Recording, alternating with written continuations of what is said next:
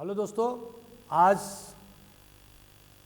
इस सेशन में मैं आपको इंडियन इकोनॉमी से संबंधित एक नया टॉपिक लेके प्रस्तुत हुआ हूँ और उस टॉपिक का नाम है unemployment in India and it's solution.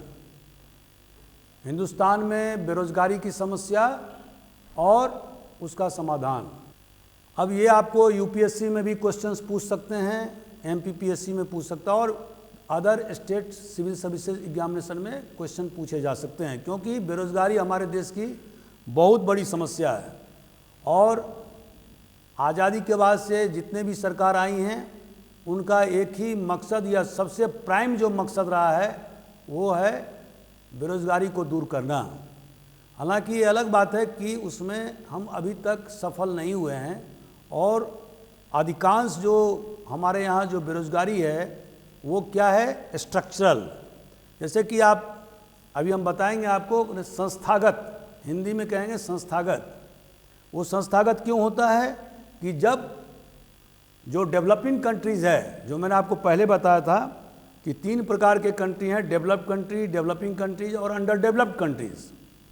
ये जो डेवलपिंग कंट्रीज है या अंडर डेवलप्ड कंट्रीज है उसमें जो बेरोजगारी की समस्या है वो क्या है, स्ट्रक्चरल है, संस्थागत है। इसका मतलब क्या होता है? इसका मतलब ये होता है कि when there is a shortage of capital and equipment and, जैसे कि आप जानते हैं कि कोई भी इकोनॉमिक एक्टिविटी करने के लिए, इकोनॉमिक एक्टिविटी यदि हम आर्थिक क्रिया करेंगे तभी रोजगार भी उत्पन्न होगा। और आर्थिक क्रिया के लिए हमें क्या क्या चीज़ चाहिए, लेबर मैन पावर चाहिए जिसको लेबर फोर्स कहते हैं, कैपिटल चाहिए, पूंजी चाहिए, इक्विपमेंट चाहिए, टेक्नोलॉजी चाहिए, अपग्रेडेशन ऑफ टेक्नोलॉजी हमेशा होता रहना चाहिए।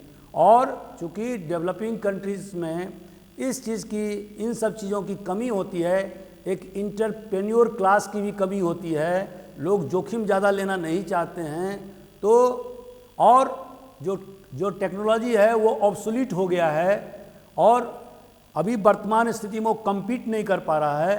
तो all these are factors which gives rise to unemployment, क्योंकि जो लोगों को लेबर फोर्स को खपाने की क्षमता उस इकोनॉमी में नहीं होती है और ये इसको बोलते हैं संस्थागत या स्ट्रक्चरल अनएम्प्लॉयमेंट।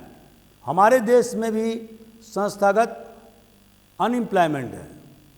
क्यों? कि हमारे देश में भी पूंजी का अभाव है, हमारे देश में भी बहुत सारे जो टेक्नोलॉजिकल अपग्रेडेशन होना चाहिए वो समय पर नहीं हो रहा है। और इसके अलावा हमारे देश में भी जो इंटरप्रेन्योर क्लास हैं वो भी उतना जोखिम लेने के लिए तैयार नहीं हैं। एफडीआई का इनफ्लो जो मैंने आपको बताया था वो भी अगर विश्व के मानचित्र पर आप देखें तो हमारे यहाँ सबसे कम इनफ्लो है, मैंने 3.06% बताया था। जबकि अगर आप ब्राज़ील को देखें इसी पीरियड में और चाइना को देखें तो बहुत ज़्यादा कैपिटल, ये फॉरेन डायरेक्ट जिसको कि एफडीआई कहते हैं, फॉरेन डायरेक्ट इन्वेस्टमेंट, वो भी हमसे बहुत ज़्यादा है। तो इसीलिए पूंजी के अभाव होने के कारण से, इक्विपमेंट का कमी होने के कारण से, अपग्रेडेशन उसका समय पर नहीं होने के कारण से हमारे जो लेबर फोर्स, चूँकि हिंदुस्तान में लेबर फोर्स तो काफ़ी तादाद में है लेकिन इसमें जो अनस्किल्ड लेबर है वो बहुत ज़्यादा है। और इसीलिए अभी आपने देखा होगा कि भारत सरकार ने कौशल विकास योजना शुरू किया हुआ है और जो मैंने पहले बताया था कि हर डिस्ट्रिक्ट में उन्होंने कौशल विकास केंद्र खोला है जिसमें कि लोगों को स्किल्ड किया जा रहा है, उनको कौशल प्रदान किया जा रहा है। तो एक तो हुआ स्ट्रक्चरल टाइप्स ऑफ अनएम्प्लॉयमेंट में, एक स्ट्रक्चरल बेरोजगारी होता है, दूसरा होता है साइक्लिक। जो दोस्तों साइक्लिक जो बेरोजगारी होता है वो क्या है, वो है डेवलप कंट्री के लिए। जब किसी चीज़ का जब डिमांड जो है वो अगर नहीं होता है तो ऐसी स्थिति में साइक्लिक बेरोजगारी होती है और जिसको कि हिंदी में चक्रीय बेरोजगारी कहेंगे।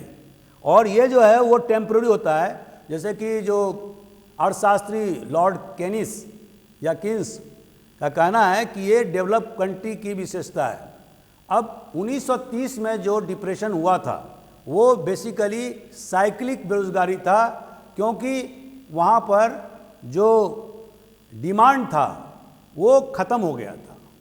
तो डिमांड ख़त्म होने के कारण से उत्पादन ठप पड़ गया और इसी कारण से वो साइक्लिक बेरोजगारी डेवलप कंट्री में समय समय पर होता रहता है, लेकिन वो टेम्पररी होता है, वो कोई परमानेंट नहीं होता है। फिर समय के साथ में 6 महीने 12 दिन के अंदर में पुनः जब इंडस्ट्रीज पटरी पर आ जाते हैं तो साइक्लिक बेरोजगारी भी ख़त्म हो जाता है। तीसरा जो इम्पॉर्टेंट फैक्टर है वो है टेक्नोलॉजिकल।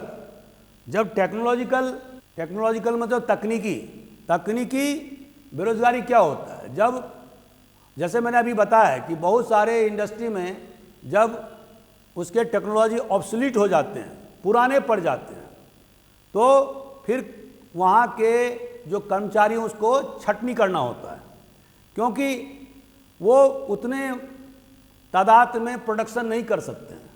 अब फिर अगर उसको अपग्रेडेशन कर दिया जाए तो उस हालत में फिर उसको बेरोजगारी को दूर किया जा सकता है।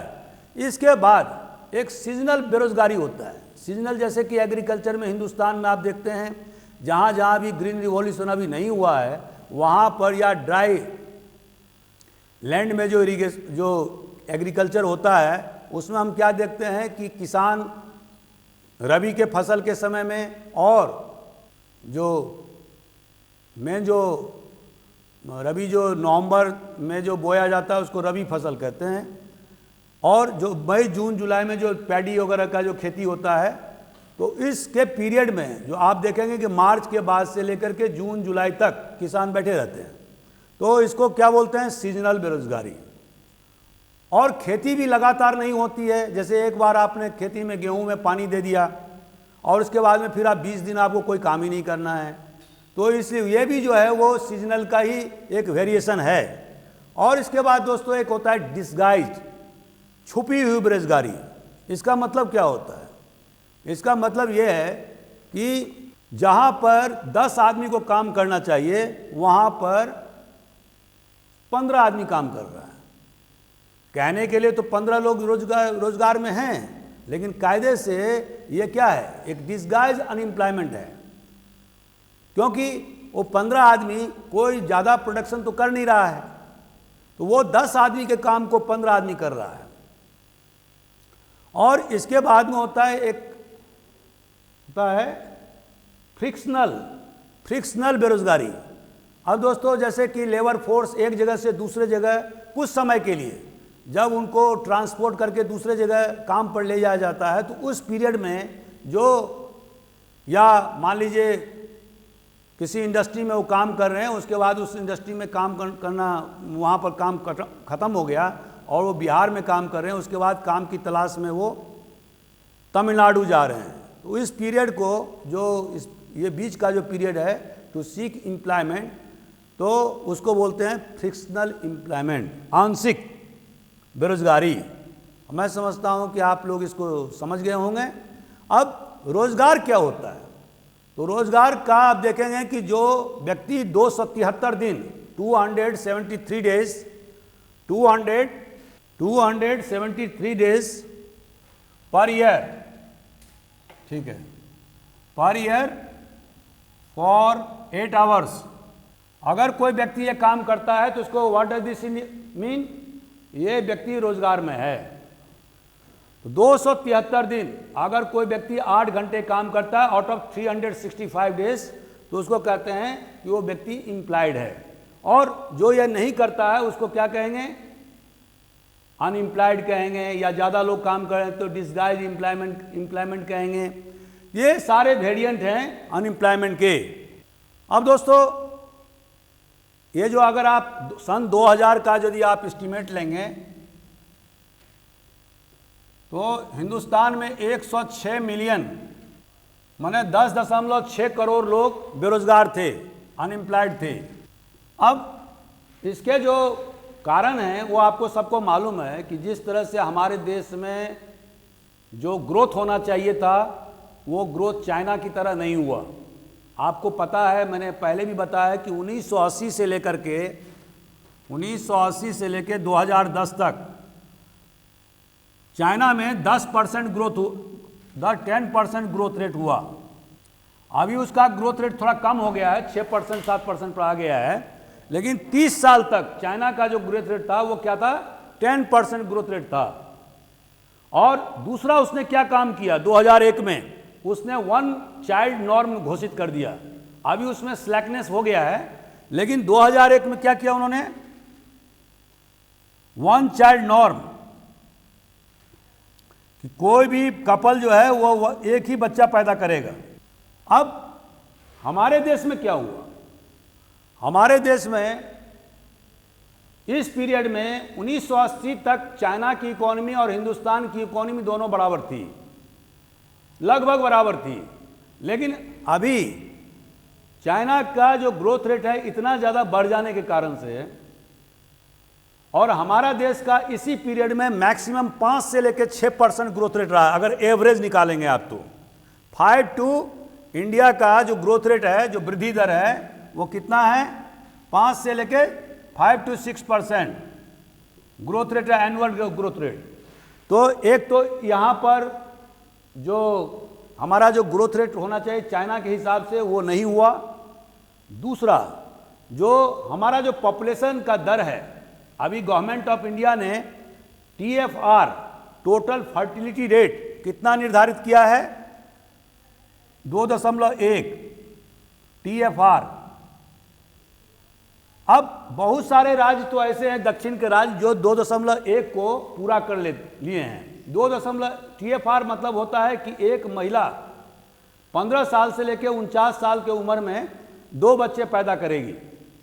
तो इसका जो तादाद है वो आप दक्षिणी राज्य में, महाराष्ट्र में, और आपको तमिलनाडु में, आंध्र प्रदेश में, केरल में, ये तो इसको जो है ना अभी उसको फुलफिल कर लिया गया है। लेकिन उत्तर भारत के बहुत सारे राज्य अभी तक इसको जो हमारा ऑब्जेक्टिव है उसको पूरा नहीं किए हैं।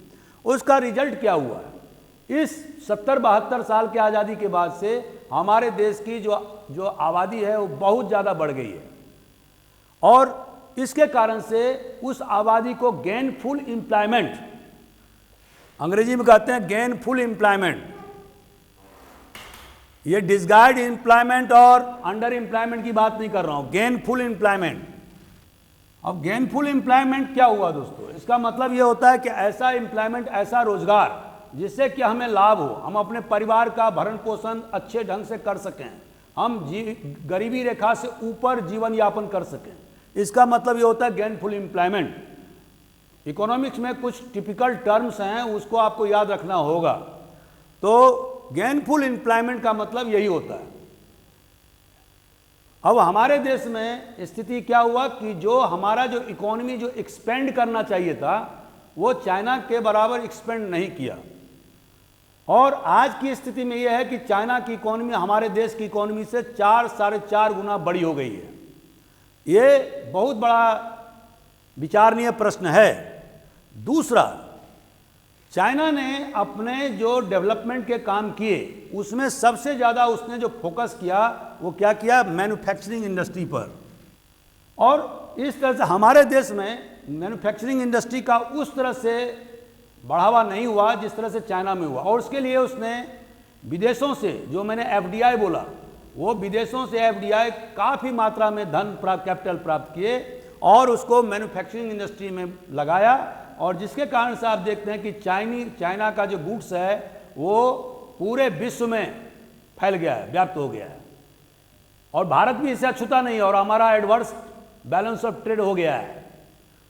तो इसके बारे में पहले बता चुका हूं।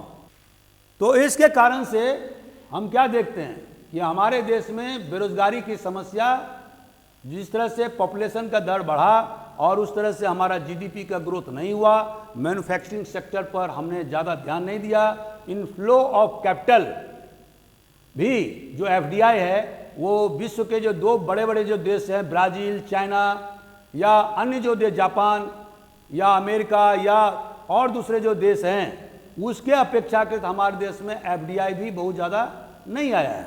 इवन आफ्टर द लिबरलाइजेशन या उदारीकरण के बाद भी। तो दोस्तों इसका रिजल्ट क्या है? रिजल्ट ये हुआ कि सन 2000 में 106 मिलियन माने 10.5 करोड़ लोग, जो लेबर फोर्स है हमारा, जो वर्क फोर्स है, वो बेरोजगार था।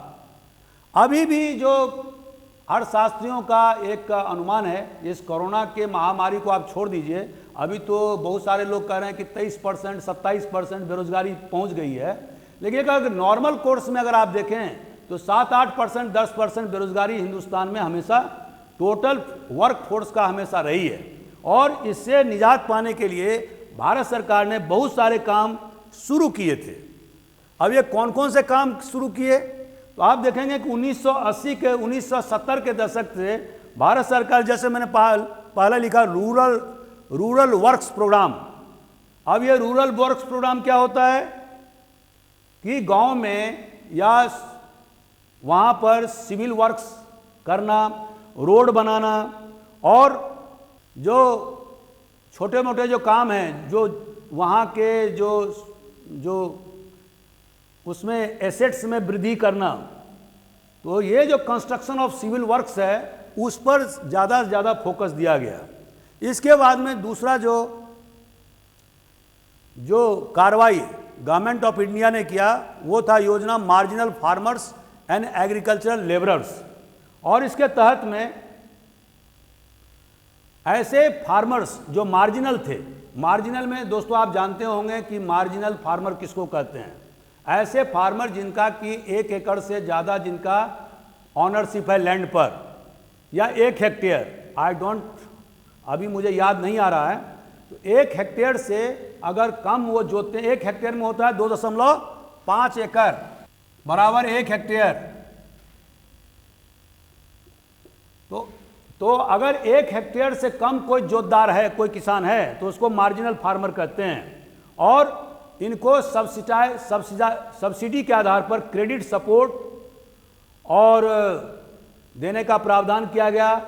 उन्हें डेयरी खोलने के लिए प्रोत्साहित किया गया, पोल्ट्री फार्म, फिशरी और सुअर पालने का काम, जैसे पिगरी जिसको बोलते हैं, और हॉर्टिकल्चर, उद्यानिकी, इसमें सब्सिडी इनको माने एनिमल हस्बेंड्री और एग्रीकल्चर दोनों को जोड़ने का काम किया गया। अब जैसा कि आप जानते हैं कि चाइना में जो टोटल जो एग्रीकल्चर जो है, उसमें एग्रीकल्चर मतलब केवल एग्रीकल्चर नहीं होता है, उसमें हॉर्टिकल्चर होता है, फिशरी, हॉर्टिकल्चर, फिशरी और पिगरी, पोल्ट्री, ये बहुत सारे चीज़ हैं, और सोशल फॉरेस्ट्री भी होता है। तो देयर आर सो मेनी वो पार्ट्स ऑफ एग्रीकल्चर। एग्रीकल्चर का मतलब ये नहीं होता है केवल आप जिन्स पैदा करें, गेहूं और चावल का उत्पादन करें, इसमें बहुत सारे चीज़ जुड़े हुए हैं। तो अभी चाइना ने क्या किया, चाइना ने एग्रीकल्चर को बढ़ावा देने के लिए उसने क्या किया, हॉर्टिकल्चर पर बहुत ज़्यादा फोकस किया।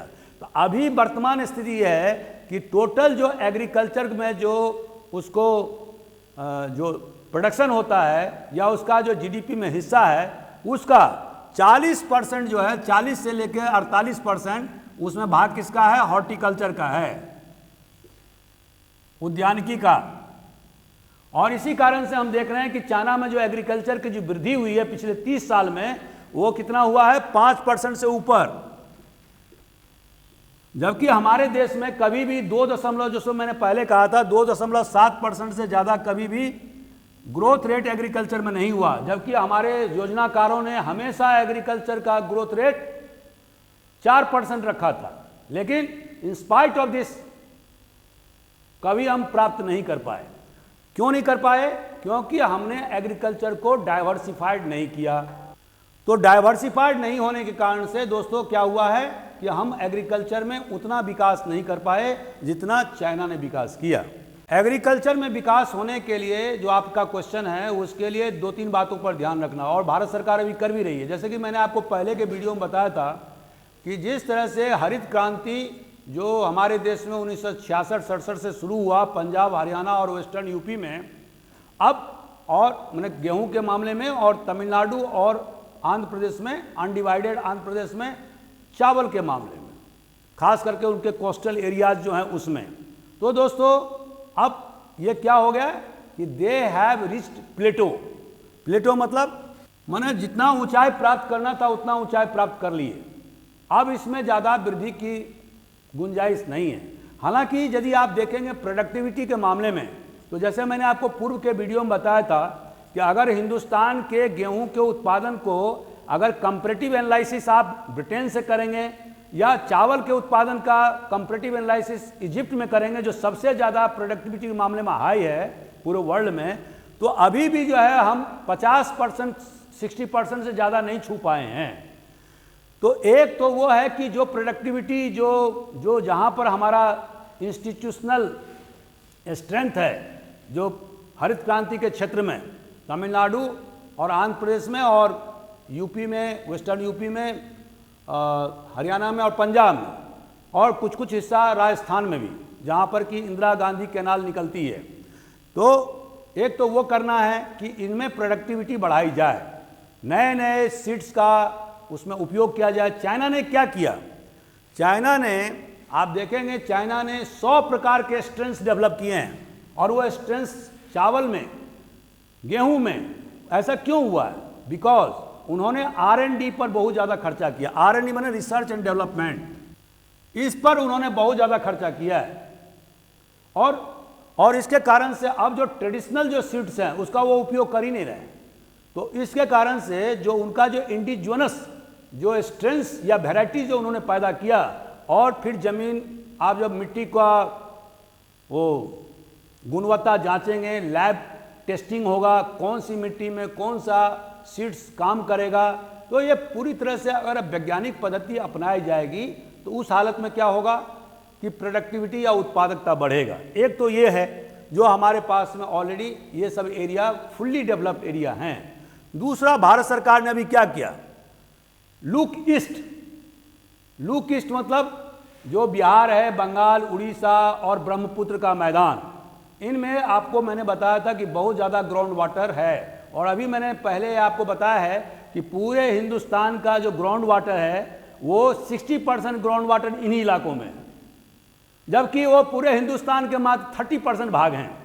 तो आप अंदाज़ा लगा सकते हैं कि यहाँ पर अगर हम पंपिंग सेट और ट्यूबवेल के माध्यम से कंट्रोल्ड इरिगेशन की व्यवस्था हम कर सकते हैं, तो उस हालत में जो हमारा एरिया जो अभी 3 राज्य और प्लस 2 राज्य दक्षिण के, मैंने 5 राज्य तक सिमटा हुआ है, उसको हम डाइवर्सिफाइड कर सकते हैं। और अगर डाइवर्सिफाइड होगा, अधिक एरिया में अगर हम खेती करने लगेंगे और वैज्ञानिक ढंग से खेती करेंगे, जैसे हमने पंजाब में किया, तो उसका लाभ क्या होगा, हमारे जो टोटल जो हमारा जो अभी प्रोडक्शन है गेहूं का या चावल का, उसमें बहुत ज़्यादा वृद्धि होगी। और जब सरप्लस बहुत ज़्यादा होगा तो हम निर्यात करने की स्थिति में भी रहेंगे और उससे हम डॉलर कमाएंगे। और बैलेंस ऑफ पेमेंट जो हमारे देश का बिगड़ा हुआ है, उसमें भी जो है उसमें दुरुस्तीकरण का काम होगा, अगर हमारा एग्रीकल्चर, जो कि हिंदुस्तान बहुत ज़्यादा भाग्यशाली है क्योंकि यहाँ पर सालों भर जो है खेती की जा सकती है। ये फायदा विश्व के कुछ ही चुनिंदे देशों को प्राप्त है, क्योंकि उनका तो अभी रूस में चले जाइए, उनके लिए एक फिक्स्ड टाइम है, उसी समय में खेती कर सकते हैं, बाकी समय वो खेती नहीं कर सकते। लेकिन हिंदुस्तान में ऐसी बात नहीं है। हिंदुस्तान में तमिलनाडु में भी खेती की जा सकती है और सालों भर हिंदुस्तान में कहीं न कहीं सालों भर खेती की जा सकती है। आपने देखा होगा 12मासी आम, सालों भर आम पैदा होते हैं हिंदुस्तान में। दूसरा, जिस तरह से चाइना ने, देखिए एग्रीकल्चर के भी अपने एक लिमिटेशन होते हैं। अब एग्रीकल्चर मतलब क्या होता है, केवल एग्रीकल्चर नहीं होता है, मतलब प्रोडक्शन ऑफ सीरियल्स नहीं होता है, पल्सेज नहीं होता है, उसमें बहुत सारे चीज़ जुड़े हुए हैं। क्या क्या हुए हैं? नंबर 1 हॉर्टिकल्चर, उद्यानिकी जिसको बोलते हैं। दूसरा फिशरीज। तीसरा एनिमल हस्बेंड्री। चौथा फार्मिंग, तो इसी में आ गया, एग्रीकल्चर में ही फार्मिंग आप लिख सकते हैं। और इसके बाद में पोल्ट्री फार्म, मुर्गी पालन जिसको बोलते हैं। उसके बाद में सोशल फॉरेस्ट्री, ऐसा फॉरेस्ट लगाना है, ऐसा पेड़ पौधा लगाना है लकड़ी के लिए जो 10 साल में मैच्योर हो जाए और जलावन के लिए फ्यूल वुड के रूप में काम आए, और इसका बेसिक पर्पस यही है। और इससे किसान या उसे लाभ भी प्राप्त करें बेच करके। तो सोशल फॉरेस्ट्री, ऐसे पौधे, ऐसे लकड़ी जो 10 साल में मैच्योर हो जाते हैं, वो अगर आप अपने खेतों के मेड़ पर लगा देते हैं तो 10 साल में मैच्योर होने पर आप उसको बेच सकते हैं। तो ये बहुत सारे इसके इंग्रेडिएंट हैं। तो चाइना ने क्या किया कि हॉर्टिकल्चर पर बहुत ज़्यादा, या फ्लोरिकल्चर भी उसमें शामिल है, फूल का उत्पादन। अभी बहुत सारे देश फूल का उत्पादन करके उसको निर्यात करते हैं दूसरे देशों में और अच्छा मुनाफा कमाते हैं। हॉर्टिकल्चर में क्या होता है कि फल का उत्पादन, जैसे कि अभी भारत सरकार ने क्या किया है कि कश्मीर से एक ट्रेन चलेगी जो दक्षिण भारत तक सीधे जाएगी और एप्पल लेकर के जाएगी सीधा, ताकि एप्पल खराब नहीं हो। और आप जानते हैं जम्मू कश्मीर में और हिमाचल में बहुत ज़्यादा एप्पल का उत्पादन होता है, उसका एप्पल का अधिक से अधिक मुनाफा मिले, वो दूसरे राज्यों में जल्दी पहुंच जाए, तो इसके लिए भारत सरकार अभी ट्रेन भी शुरू किया है ताकि वहाँ के किसानों को मुनाफा हो। एकदम कर सकते हैं। और भारत सरकार ने तो जो है, आपको मालूम होगा कि किसान चैनल ही खोला हुआ है, जहाँ पर कि किसान भाइयों को हमें समय समय पर उनको जानकारी दी जाती है कि किस समय में फसल बोना है, उसको मिजाई करने का टाइम क्या होगा, कब कब आपको पानी डालना है। तो जो भी एग्रीकल्चर से रिलेटेड नॉलेज है, उस सारे नॉलेज को जानकारी जो है किसान चैनल के द्वारा, रेडियो के द्वारा, टेलीविज़न के द्वारा भारत सरकार पिछले 30-40 साल से दे रही है। हम लोग भी सुन रहे हैं। और ये डिसेमिनेशन ऑफ इंफॉर्मेशन, चाहे वो आपको रिमोट्स, अभी भारत सरकार जो इतना रॉकेट वगैरह छोड़ रही है, जो अपने उपग्रह सैटेलाइट जो छोड़ रही है, या रिमोट सेंसिंग जो उपग्रह जो छोड़ रही है, उसका काम क्या है कि उसका ये भी काम है कि कब बारिश होगी, नहीं होगी, क्या क्या समस्याओं से गुजरना होगा, अगर बारिश होगी तो कितनी तादाद में होगी। आजकल फोरकास्टिंग बहुत सटीक ढंग से किए जाते हैं। और ये सारे जो हमारे जो ये विज्ञान है, रॉकेट विज्ञान, जो उपग्रह विज्ञान है, ये खेती में भी बहुत ज़्यादा लाभदायक है। इसके बाद में भारत सरकार ने एक स्मॉल फार्मर्स डेवलपमेंट एजेंसीज, इसकी भी शुरुआत किया, जिसके तहत में आप देखेंगे कि इंफ्रास्ट्रक्चर बिल्डिंग, जैसे कि रोड का बनना, अभी गांव देहातों में आप देखते होंगे जहां पर कि एकदम कच्चे रोड हुआ करते थे, अब पक्के रोड बन गए हैं। मेन रोड भी, उसका भी डबल माने दोहराकरण हो गया है। दूसरा, मार्केट कम्प्लेक्स का निर्माण, और इसके अलावा माइनर और मेजर इरिगेशन का प्रावधान, ये सारे चीज़ जो है वो इसके तहत में किए गए। और इसके बाद में एक और किया गया कि इंटीग्रेटेड ड्राईलैंड एग्रीकल्चरल डेवलपमेंट। अब दोस्तों, इसमें जैसे कि आप जानते हैं कि हमारे हिंदुस्तान में लगभग जो 65% या 60% जो एरिया है वो ड्राईलैंड एरिया है। उसके विकास के लिए भारत सरकार ने soil conservation, land development, water harnessing technology, इसको बढ़ावा दिया इस प्रोग्राम के तहत में। और जो कि चूंकि ये जो प्रोग्राम है वो हाईली लेबर इंटेंसिव है, इसीलिए इससे ये उम्मीद किया गया कि एक्सटेंसिव जनरेशन ऑफ एम्प्लॉयमेंट होगा, एक्सटेंसिव जनरेशन ऑफ एम्प्लॉयमेंट।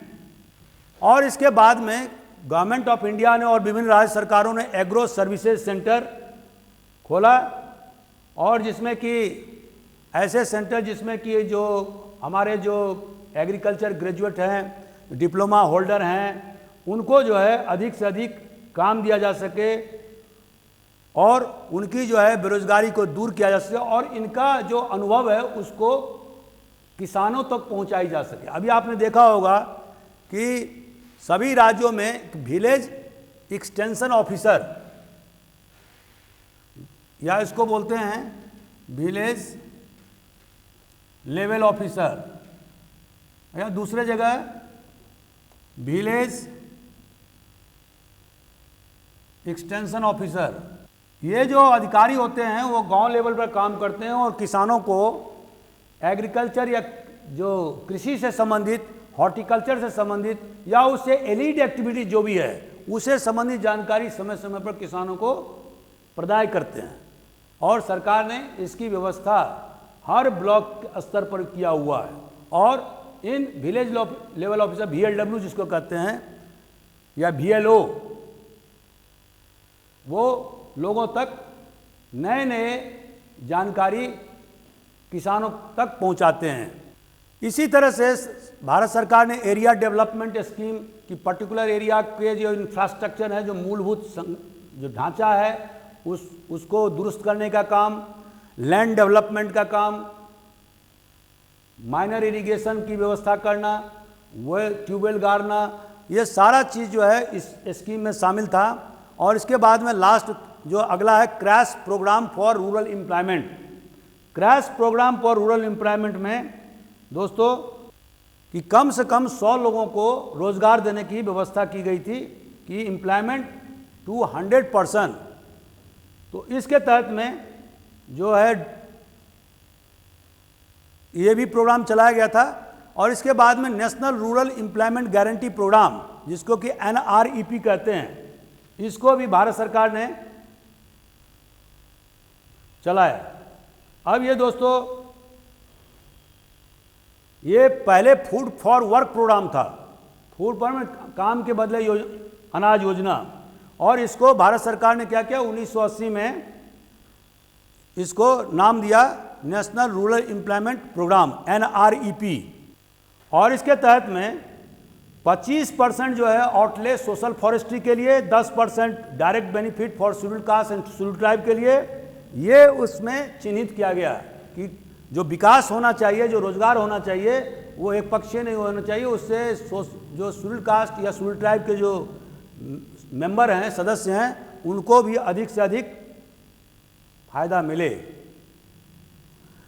अब इसके अतिरिक्त rural landless employment guarantee programme, ये ऐसे 1983 में जारी किया गया था। और इसका जो बेसिक मकसद था वो था क्या कि ये सेंट्रल गवर्नमेंट के द्वारा 100% फंडेड कार्यक्रम था। और इसमें जो बेसिक जो टारगेट था वो था कि ऐसे मजदूर जो कि पूरी तरह से लैंडलेस हैं और उनको मदद करना, सपोर्ट करना, ताकि उनके पास में ड्यूरेबल एसेट्स का निर्माण हो सके। और इसके बाद में दोस्तों जवाहर रोजगार योजना, इसके बाद में इंटीग्रेटेड रूरल डेवलपमेंट प्रोग्राम, इसको बोलते हैं IRDP, ये शुरू किया गया 1980 में। ये मैं शॉर्ट में इसलिए बता रहा हूं कि ताकि आपको आंसर लिखने में सहूलियत हो जाए। और ये जो 1980 में जो IRDP जो शुरू किया गया था, वो भारत सरकार ने देखा कि बहुत सारे पैरेलल प्रोग्राम, जो पॉवर्टी एलिविएशन के जो प्रोग्राम है, गरीबी हटाओ के जो प्रोग्राम है, वो पैरेलल चल रहे हैं, और जिससे इसमें जो है ना अनेक प्रकार की विसंगतियां उत्पन्न हो रही है। जैसे कि उस समय जो प्रोग्राम चल रहा था, जैसे ड्रॉट प्रोन एरिया प्रोग्राम, उसके बाद में marginal farmers and agriculture labourers का प्रोग्राम था, उसके बाद स्मॉल फार्मर डेवलपमेंट एजेंसी, उसके बाद में कमांड एरिया डेवलपमेंट प्रोग्राम। ये सारे जो प्रोग्राम चल रहे थे उन सब को मिला करके भारत सरकार ने क्या किया, IRDP integrated rural development programme शुरू किया। और इसका जो बेसिक जो मकसद था कि पर कैपिटा आमदनी को बढ़ाया जाए, और इसके अलावा जो गरीबी है उसको उसमें कमी किया जाए, अधिक से अधिक लोगों को रोजगार के अवसर प्राप्त हों, और ख़ास करके देहाती इलाकों में प्राप्त हों। और इसमें जो है पूरे देश के 5011 ब्लॉक में शुरू किया गया था। और इसमें प्रत्येक ब्लॉक में 600 फैमिली को इसमें चिन्हित किया गया था ताकि उसको मदद किया जा सके। और इन दिस वे 15 मिलियन मतलब 1.5 करोड़ फैमिली को, और जब 15 मिलियन होगा और 1 मिलियन एक परिवार में अगर 5 सदस्य होता है तो 75 मिलियन माने 7.5 करोड़ लोगों को गरीबी रेखा से ऊपर उठाने का कार्यक्रम तय किया गया। ये इसका मकसद था। इसके बाद में गवर्नमेंट ने जवाहर रोजगार योजना, राजीव गांधी गवर्नमेंट ने जवाहर रोजगार योजना 1989 में शुरू किया। और इसमें जो नेशनल रूरल एम्प्लॉयमेंट प्रोग्राम था और national landless employment guarantee programme, national rural employment programme ये वाला, और लैंडलेस, ये दोनों को कंबाइन करके 1989 में जवाहर रोजगार योजना शुरू किया गया। और इसका जो बेसिक मकसद था, generation of gainful employment bye strengthening the rural infrastructure. पहला जो उसका ऑब्जेक्टिव था, gainful employment bye strengthening the rural infrastructure, माने ग्रामीण क्षेत्रों में जो संस्थागत आधारभूत संरचना है उसको मजबूत करके गेनफुल लाभदायक एम्प्लॉयमेंट या रोजगार प्राप्त करना। अब रूरल इंफ्रास्ट्रक्चर क्या होता है दोस्तों? जैसे रोड का निर्माण, जैसे इरिगेशन की सिंचाई में वृद्धि, जैसे इसमें स्कूल का भी निर्माण हो सकता है जिससे कि लिटरेसी रेट बढ़े, हेल्थ जो सेंटर है उसका निर्माण होगा। इसके अलावा जो लैंड डेवलपमेंट है, आप देखते होंगे कि बहुत सारे लैंड जो है बैरन हो जाते हैं, उसको डेवलप करना होता है ताकि उसकी प्रोडक्टिविटी बनी रहे। तो उसके लिए लैंड डेवलपमेंट ये बहुत बड़ा अभी इशू है। जो लोग शहर में रहते होंगे उनको मालूम नहीं होगा। तो जमीन का, खेती का विकास, और इसमें मेड़ का बंधन होता है। उसके बाद में जमीन जो ऊंचा नीचा रहता हो तो समतलीकरण करना होता है ताकि पानी जो है ना अटके, पानी रन ऑफ नहीं हो जाए। ये सब उसका इंपॉर्टेंट फोकस है लैंड डेवलपमेंट में, इसके इंग्रेडिएंट हैं। और इसके अलावा ड्यूरेबल एसेट्स तैयार करना। अब ड्यूरेबल जैसे कि आप भैंस खरीद करके दे दीजिए, उससे दूध उत्पादन होगा।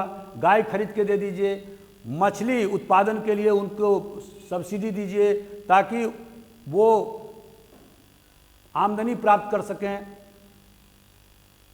और इसके अलावा जो मजदूरी की जो दर है उसमें ज़्यादा वृद्धि करना। तो अभी आप हिंदुस्तान में भी देखते होंगे कि पिछले 20-30 सालों में ये हुआ है कि एक पॉजिटिव एस्पेक्ट ये हुआ कि मजदूरी के दर में बहुत वृद्धि हुई। और एक दिन मैंने आपको पहले कहा था कि पहले लोगों को 5 सेर मैंने 3.5 kg धान दिए जाते थे उत्तर भारत में, यूपी बिहार में, पूरे दिन काम करने, 8 घंटा काम करने के बाद।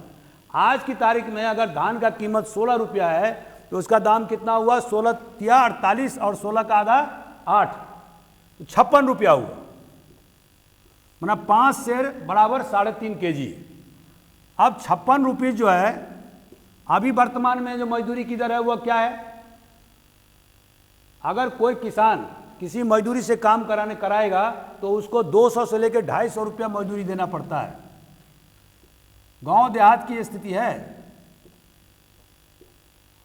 तो बहुत ज़्यादा इजाफा हुआ। इसी तरह से जो मनरेगा कार्यक्रम चल रहे हैं भारत सरकार के, तो उसमें भी जो है वो उन्होंने मिनिमम वेज एक्ट का प्रावधान रखा है। और मिनिमम वेज एक्ट में क्या है दोस्तों? हर साल उसका निर्धारण संबंधित जिले के कलेक्टर के द्वारा होता है। तो वो एक एरिया स्पेसिफिक है। पूरे भारतवर्ष का वेज नहीं निर्धारण होता है, बल्कि स्टेट गवर्नमेंट भी जो है वो एरिया स्पेसिफिक संबंधित जिले के कलेक्टर के द्वारा वेज का, मिनिमम वेज का निर्धारण किया जाता है। और अभी जो आप देख 200 से ज़्यादा, कहीं कहीं 180 रुपया, कहीं 200 या 225 रुपया मिनिमम वेज है, मजदूरी का दर है। ये बहुत ज़्यादा इसमें वृद्धि हुई है। के तहत में सोशल फॉरेस्ट्री का काम लिया गया, जैसा मैंने आपको बताया। उसके बाद सॉइल कंजर्वेशन, माइनर इरिगेशन का प्रावधान किया गया। और जो गांव में जो तालाब हैं उनके कंस्ट्रक्शन के काम और उसके रिनोवेशन का काम भी उसमें जोड़ा गया। और जो शेड्यूल कास्ट और शेड्यूल ट्राइब के जो उनके जो कच्चे मकान होते थे उसके बदले में उनको इंदिरा आवास योजना के तहत में, आप जानते होंगे, फ्री ऑफ कॉस्ट उनको मकान बना करके दिए गए हैं। कंस्ट्रक्शन ऑफ रूरल रोड्स, गांव देहातों में आप देखेंगे गाँव में रोड बने हुए हैं, पक्के रोड बन रहे हैं गांव में। ये भी जवाहर रोजगार योजना का एक पार्ट है। और इसके अलावा construction of community centres, panchayat house and महिला मंडल, ये जो सारे जो मैं अभी आपको बताया, स्कूल बिल्डिंग, ये सभी जो है जवाहर रोजगार योजना में शामिल किए गए हैं। और आप जानते हैं कि इंदिरा आवास योजना के तहत में 1993-94 से शेड्यूल कास्ट और शेड्यूल ट्राइब के लिए फ्री ऑफ कॉस्ट घर बना करके भारत सरकार के द्वारा दिए जाते रहे हैं। अभी भारत सरकार ने एक बहुत अच्छा योजना शुरू किया हुआ है, जिसके तहत में सब्सिडी के आधार पर जो मार्जिनल जो शहरों में और गांव में भी जो गरीब लोग हैं उनके लिए सस्ते घर के तहत में उन्हें मकान आवंटित किए जा रहे हैं, और आप लोगों ने भी सुना होगा। तो इस तरह से अभी 2005 में, लास्ट में 2005 में गवर्नमेंट ऑफ इंडिया ने क्या किया, एम्प्लॉयमेंट गारंटी एक्ट, जिसको कि अभी Mahatma Gandhi national rural employment guarantee programme भी कहते हैं, मनरेगा, ये कार्यक्रम चलाया और इसको कानूनी जमा पहना दिया। पहले जो कार्यक्रम था वो कानूनी नहीं था, एक्ट नहीं था, अब क्या हुआ, ये कानूनी हो गया। अब इसके तहत में उन्होंने कहा कि ये मैंडेटरी प्रोविजन कर दिया है कि हर व्यक्ति को, मतलब किसी परिवार के एक सदस्यों को 100 डेज कम से कम जो है एटलीस्ट 1 एडल्ट पर्सन को रोजगार मिलेगा। अब इसमें मेन डेज का इस्तेमाल हुआ है। दोस्तों, मेन डेज मतलब क्या होता है, यह आपको समझना होगा। मेन डेज मतलब क्या होता है। अब अगर कोई व्यक्ति 360 दिन, साल में 360 दिन माने 365 दिन होता है, अब इसमें गुना 8 आवर्स, तो कम से कम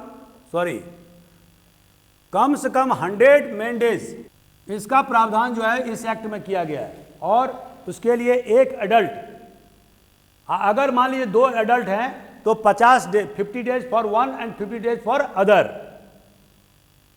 और इसके अगर कोई काम करने वाला व्यक्ति है जो वर्किंग फोर्स है, उसको अगर 15 दिन के अंदर में काम उसको दिया जाएगा, अगर वो काम मांगता है, अगर काम नहीं उसको मिलता है 15 दिन के अंदर में, तो उसको मुआवजा दिया जाएगा।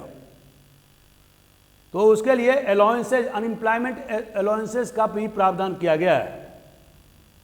और ऐसे जो मजदूर हैं उनके लिए मेडिकल फैसिलिटीज की व्यवस्था की गई है। अगर उनको किसी प्रकार का जोखिम हो जाता है, चोट पहुंचता है, तो उसके लिए हॉस्पिटलाइजेशन और मेडिकल फैसिलिटी की व्यवस्था भी की गई है। और इसके लिए उनमें वर्कमैन कंपनसेशन एक्ट जो है वही लागू होगा जो मनरेगा के मजदूरों के लिए, मनरेगा के मजदूरों के लिए वही लागू होगा जो वर्कमैन कंपनसेशन एक्ट के लिए लागू है। और इसके अलावा 5% जो है उनके वेजेज में से डिडक्ट किए जाएंगे, ताकि उनका मेडिकल ट्रीटमेंट या इंश्योरेंस या हेल्थ इंश्योरेंस किया जा सके। और इसमें ट्रांसपेरेंसी या स्पष्टता रखने के लिए, पारदर्शी रखने के लिए, इसका पूरा जो एलोकेशन है, उस जो खर्चे हो रहे हैं उसका पब्लिक स्क्रूटनी किया जाएगा। और जैसा मैंने आपको बताया कि डिस्ट्रिक्ट कलेक्टर या जो डिस्ट्रिक्ट एग्जीक्यूटिव ऑफिसर है उसको रिस्पॉन्सिबल बनाया गया इस प्रोग्राम को इम्प्लीमेंट करने के लिए। और इसके अलावा ग्राम सभा जो है वो मॉनिटर करेगा अपने ग्राम में जो जो काम हो रहे हैं, जो डेवलपमेंट वर्क हो रहे हैं, उसका भी पंचायत लेवल पर उसका सोशल ऑडिट करेगा। तो ये सारे इंपॉर्टेंट पॉइंट हैं मनरेगा के। अब अगर आप इसमें जो अभी गवर्नमेंट ऑफ इंडिया ने 1% ऑफ जीडीपी, 1% ऑफ जीडीपी के खर्च का प्रावधान किया है, माने 40,000 करोड़ रुपया, 40,000 करोड़ रुपया प्रतिवर्ष खर्च करने का प्रावधान किया है। और अभी आप देखेंगे कोरोना के कारण भारत सरकार ने क्या किया, इस आउटले को डबल कर दिया है। क्योंकि आपने देखा होगा कि बहुत सारे मजदूर शहरों से भाग करके पलायन करके गाँव चले गए हैं, तो वो भूखमरी की समस्या उनके पास में नहीं हो, इसीलिए उसके आउटले को डबल कर दिया गया है। अब दोस्तों, अब हमारा जो चूँकि समय समाप्त हो रहा है, इसलिए मैं शॉर्टकट करते हुए, हालांकि आपको ये बता दूं कि मनरेगा में जो 100 डेज का जो प्रावधान किया गया है उसमें अभी तक इसको अचीवमेंट नहीं किया जा सका है। अगर बहुत सारे राज्यों का जो अभी स्टडी किया गया तो किसी राज्य ने साल में 43 दिन किस मजदूरों को 40 डेज दिया है, तो किसी ने 40 दिन दिया है, मतलब 60 दिन भी जो है वो 60 डेज नहीं पहुंच पाया है, जबकि एक्ट में 100 डेज का प्रावधान है। दूसरा, अब एक एडल्ट को देने का क्या मतलब है? अगर घर में 4 एडल्ट हैं तो आप चारों को दीजिए, तो वो इसमें एक विसंगति है। अब दोस्तों, हालांकि ये फिर भी जो ये मनरेगा का कार्यक्रम है वो गांव देहातों के लिए, गरीब मजदूरों के लिए एक बहुत बड़ा टॉनिक के रूप में काम कर रहा है। और आपने कोरोना के समय में देखा है कि किस तरह से भारत में इस बेरोजगारी की समस्या से निजात पाने के लिए भारत सरकार ने इसके जो आवंटन का जो दर था 40,000 करोड़, उसको डबल 80,000 करोड़ रुपये कर दिया। अब दोस्तों, सवाल ये उठता है कि बेरोजगारी को दूर करने के क्या क्या इंतजाम किए जाने चाहिए जिससे कि बेरोजगारी दूर हो। तो सबसे पहले जो मैंने लिया है कि top priority of agriculture, irrigation and watershed development programme. अब यह मैंने ऐसा क्यों कहा? जैसा कि मैंने अभी बताया था कि एग्रीकल्चर जो है वो बहुत ज़्यादा लेबर इंटेंसिव होता है और इसके तहत में काफ़ी लोगों को रोजगार दिए जा सकते हैं। अगर इरिगेशन, आप देखेंगे कि जब से हमारे देश में लिबरलाइजेशन या उदारीकरण की प्रक्रिया शुरू हुई है तो इरिगेशन में जो है आउटले, जो हमारा जो लागत है वो बजटरी एलोकेशन वो कम होता गया है। और इरिगेशन में जो पहले 1990 से पहले वो 14%, 15% ग्रोथ रेट था इरिगेशन में, वो घट करके 8% हो गया। तो अब इरिगेशन में अगर हम ज़्यादा से ज़्यादा पूंजी लगाते हैं, उसका अगर विस्तार करते हैं तो उससे क्या होगा फायदा? एक तो लोगों को रोजगार मिलेगा और दूसरा जो हमारा जो फूड सिक्योरिटी है उस पर भी, उसको भी हम नियंत्रित कर पाएंगे। मतलब अधिक से अधिक एरिया का अगर खेती में उपयोग होगा तो उससे उत्पादन बढ़ेगा और हमारा फूड सिक्योरिटी बहुत ज़्यादा मजबूत होगा।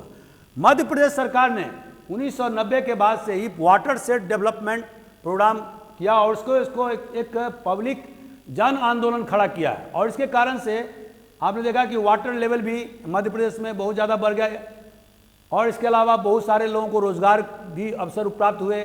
जो एरिया ऑफ कल्टीवेशन था मध्य प्रदेश में वो ज़्यादा बढ़ गया है, जो ग्राउंड वाटर का स्तर था वो भी ऊंचा हो गया है। तो इसी का नकल, अब इसी पॉलिसी को आंध्र प्रदेश गवर्नमेंट ने भी और दूसरे राज्यों ने मध्य प्रदेश के वाटर सेट डेवलपमेंट प्रोग्राम को अपनाया है। तो दोस्तों, दूसरा, promoting SSI unit for employment. जैसा कि आप जानते हैं कि स्मॉल स्केल इंडस्ट्री जो होता है उसमें रोजगार के व्यापक जो उसके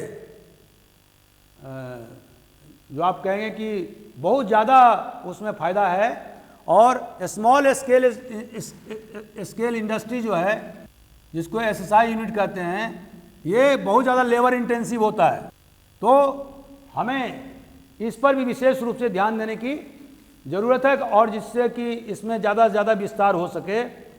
और तो इसमें जो भारत सरकार ने जो डी रिजर्वेशन, मैंने इसको जो रिजर्व कैटेगरी से हटा करके डी रिजर्वेशन कर दिया था, उसको ख़त्म करने की ज़रूरत है। मैंने उसको रिजर्व कैटेगरी में रखना जरूरी है क्योंकि इससे गेनफुल एम्प्लॉयमेंट को बहुत ज़्यादा बढ़ावा मिलता है क्योंकि ये लेबर इंटेंसिव है। तीसरा, हाउसिंग फॉर द पुअर। अब हाउसिंग सेक्टर में आप देखेंगे कि एम्प्लॉयमेंट के, रोजगार के बहुत ज़्यादा अवसर होते हैं। क्यों होते हैं कि हमारे देश में अभी भी देखेंगे 35 मिलियन माने 3.5 करोड़ लोग ऐसे घर में रहते हैं जो कि कच्चे बने हुए हैं या सेमी कच्चा मकान में रह रहे हैं। तो घरों की जो स्थिति है वो बहुत ही ज़्यादा दुर्दशापूर्ण है। अगर गांव देहात में, शहरों में आप जाएं तो आपको इसका अंदाज़ा लग जाएगा। तो अगर हाउसिंग सेक्टर को, अब जैसे सरकार ने प्रयास भी कर रही है कि सस्ते दरों पर मकान बना करके लोगों को दे रही है, इंदिरा आवास के तहत में एससी, शेड्यूल्ड कास्ट और शेड्यूल्ड ट्राइब को फ्री ऑफ कॉस्ट मकान बना के दिए जा रहे हैं। अभी जगह जगह सरकार ने लैट्रिन बनाने के लिए जनता को स्वच्छता अभियान के तहत में सब्सिडी देना चालू किया और बहुत लोग लाभान्वित भी हुए हैं।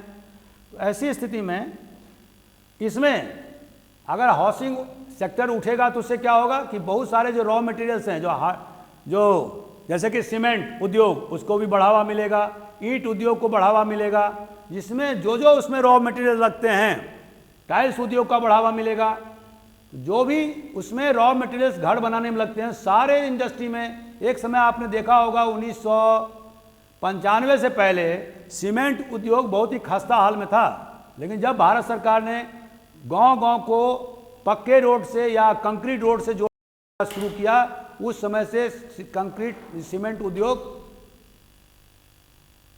आगे बढ़ता गया और वो एक ताकतवर इंडस्ट्री के रूप में हिंदुस्तान में उभरा है।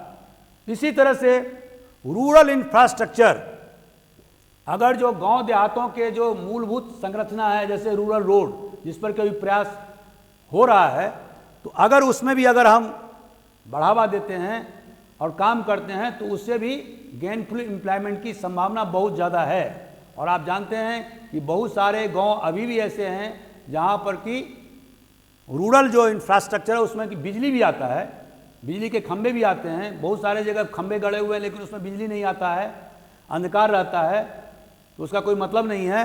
तो ये जो रूरल इंफ्रास्ट्रक्चर है, जो उसमें अगर हम उसको बढ़ावा देते हैं तो उससे भी रोजगार के बहुत ज़्यादा अवसर प्राप्त होते हैं। और इसके अलावा जैसे मैंने बताया कि expansion of social forestry, social forestry दोस्तों ऐसे फॉरेस्ट्री को कहते हैं, वानिकी को कहते हैं, जहाँ पर कि आप किसान मेड़ों पर, खेतों के साइड में ऐसे पौधे को रोपते हैं, फलदार वृक्ष को या जलाऊ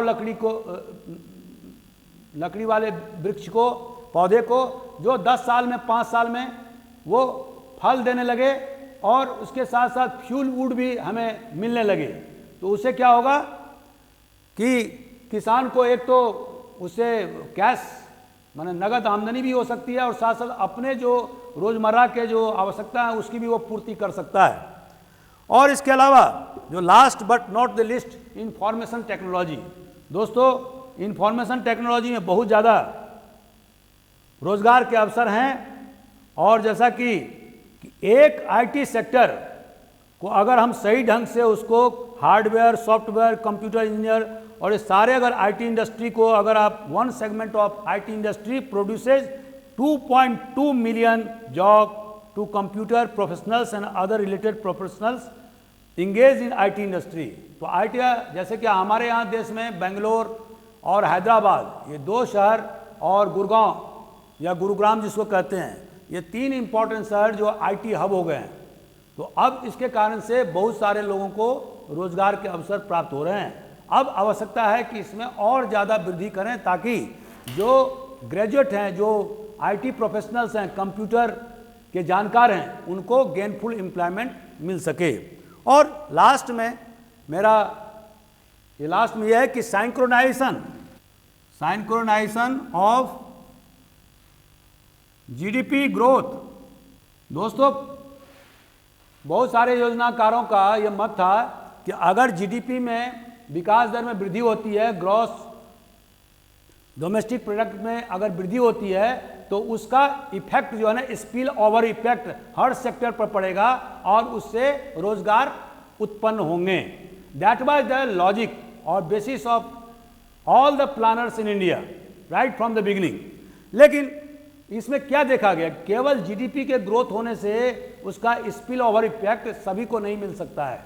आप देखते हैं कि हमारा देश क्या है, वो एक स्ट्रेटिफाइड सोसाइटी है, जहाँ पर कि बहुत सारे लोग बहुत रिच हैं, बहुत सारे लोग गरीब हैं, बहुत सारे लोग मिडिल क्लास के लोग हैं, बहुत सारे लोग रोडों पर रहते हैं, उनके पास घर भी नहीं है, मार्जिनल मतलब डेस्टिट्यूट हैं, पुअर हैं। 20% जैसे मैंने बताया कि वो गरीबी रेखा से जीवन के नीचे जीवन यापन कर रहे हैं। तो ऐसी स्थिति में केवल जीडीपी ग्रोथ पर कंसंट्रेट करने से काम नहीं बनेगा, हमें ऐसा